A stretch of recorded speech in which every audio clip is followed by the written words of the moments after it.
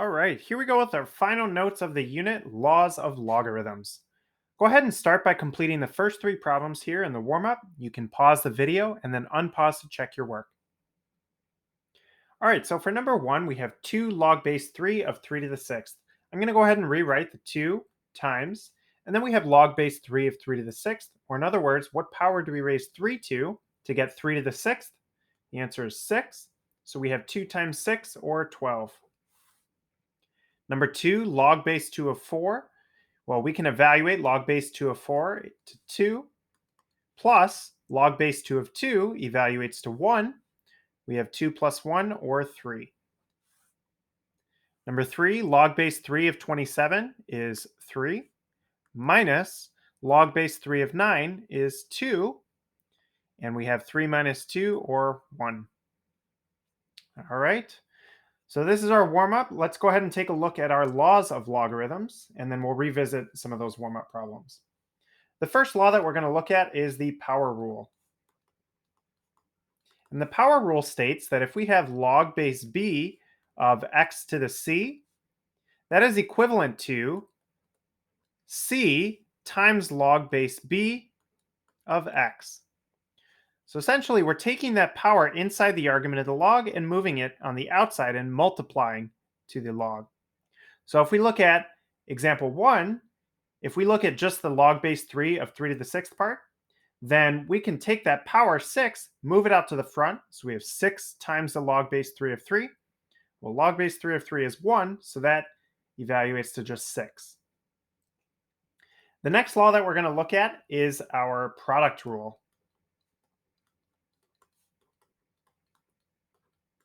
And the product rule states that if we have log base b of a times c, the product of a and c, that is equivalent to the log base b of a plus the log base b of c. So if we have a product inside the argument of the log, we can separate that into two distinct logs with the same base b. So we have log base b of a plus log base b of c. Notice that the base of the log has not changed. If we take a look at the example 2 in our warm-up, log base 2 of 4, log base 2 of 2, these have the same base. So we can rewrite this as log base 2. If we were to rewrite this using the product rule, log base 2 of 4 times 2, which is log base 2 of 8, which also evaluates to 3. The last law that we're going to look at is our quotient rule. And the quotient rule is similar to the product rule, except now we have the log base b of a divided by c, so the quotient of a and c, is equal to, you might be able to guess it, the log base b of a minus the log base b of c. Again, that logarithmic base has not changed, but now when we separate it out, it's the difference of these logs. So if we take a look at example 3, we have the same logarithmic base, log base 3. We can rewrite this as the log base 3 of 27 divided by 9, which is log base 3 of 3, which evaluates to 1. Let's get some practice. Number 4, here we have log base 3 of the square root of 27. So right now, as it is, we cannot take the log base 3 of the square root of 27. It's not going to be a whole number. But we can, if you do, we can't recognize that we have the log base 3 of, we can raise 27 to the 1/2 power. We know that the square root is the same as raising to the 1/2 power.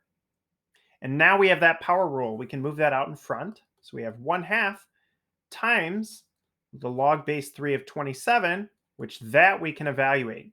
Log base 3 of 27 is 3. So we have 1/2 times 3, or 3/2.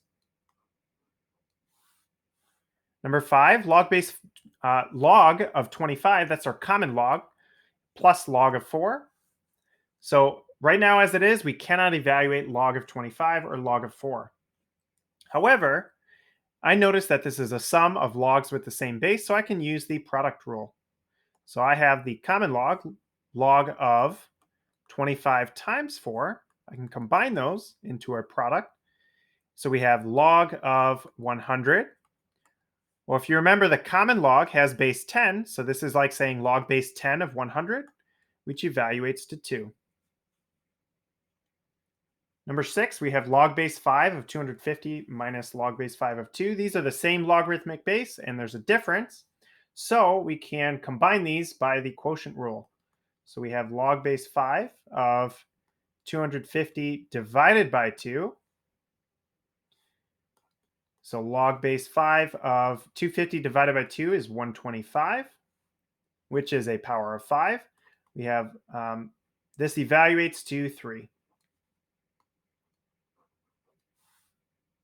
And one more, log base 2 of 6 minus log base 2 of 15 plus log base 2 of 20. These all have the same base, but I see a combination of each of the rules. So let's go ahead and rewrite this into a single log.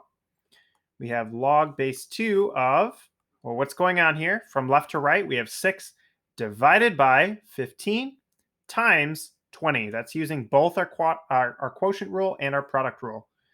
So 6 divided by 15 times 20. All right, I'm going to multiply 6 by 20. So we have log base 2 of 120 over 15. And 120 divided by 15, log base 2 of 120 divided by 15 is 8. Log base 2 of 8 evaluates to 3. We got a few more practicing expanding and condensing. So go ahead and flip the page. Number 8, log base 2 of ab squared. So we have a times b squared.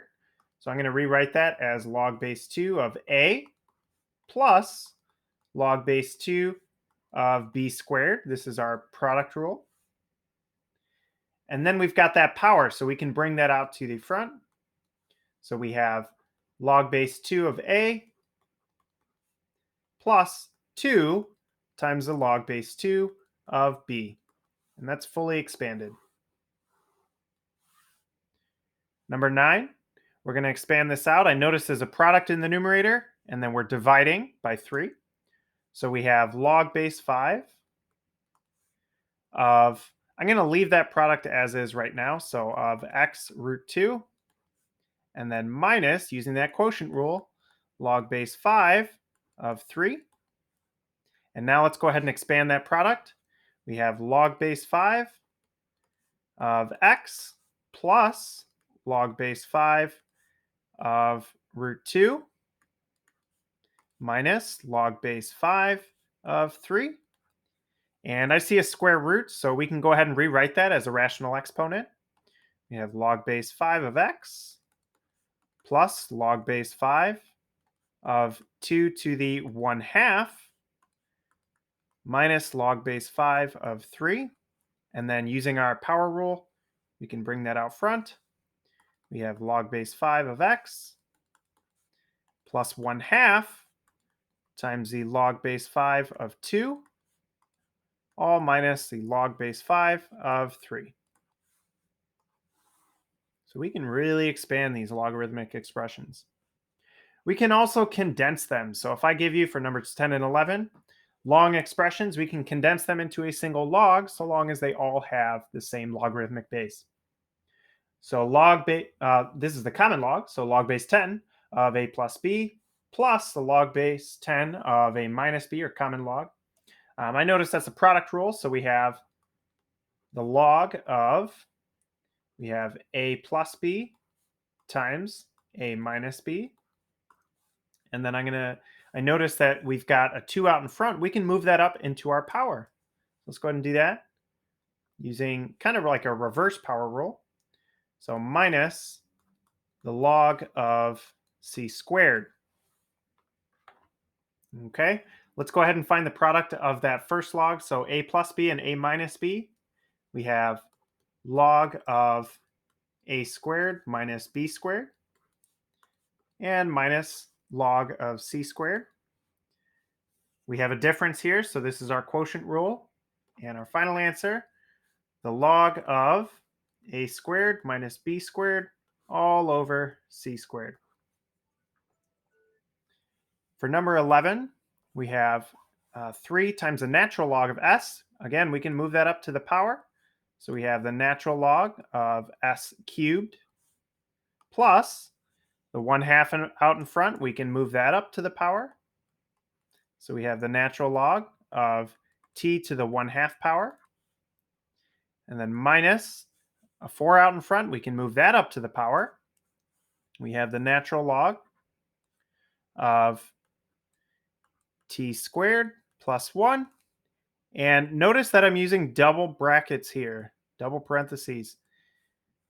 Make sure that the power is inside the argument of your natural log.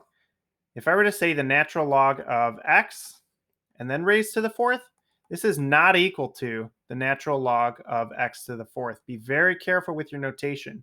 Make sure that your power is on the inside of the argument of your log. All right, so let's continue. We've got a sum, so let's rewrite that using the product rule. So we have the natural log of s cubed times, well, this t to the 1/2, that's the square root of t. So we can write that as the square root of t. And then minus the natural log of the quantity t squared plus 1 to the 4th. All right, we've got a difference, so that's our quotient rule. So our final answer, the natural log of, in the numerator we have s cubed root t. In the denominator we have the quantity t squared plus 1 to the 4th power. That's all inside our natural log. All right. So this has been our notes on the laws of logarithms. We've got the power rule, product rule, and quotient rule. We're going to get a lot of practice in class, so we'll see you tomorrow. Have a great day, everybody.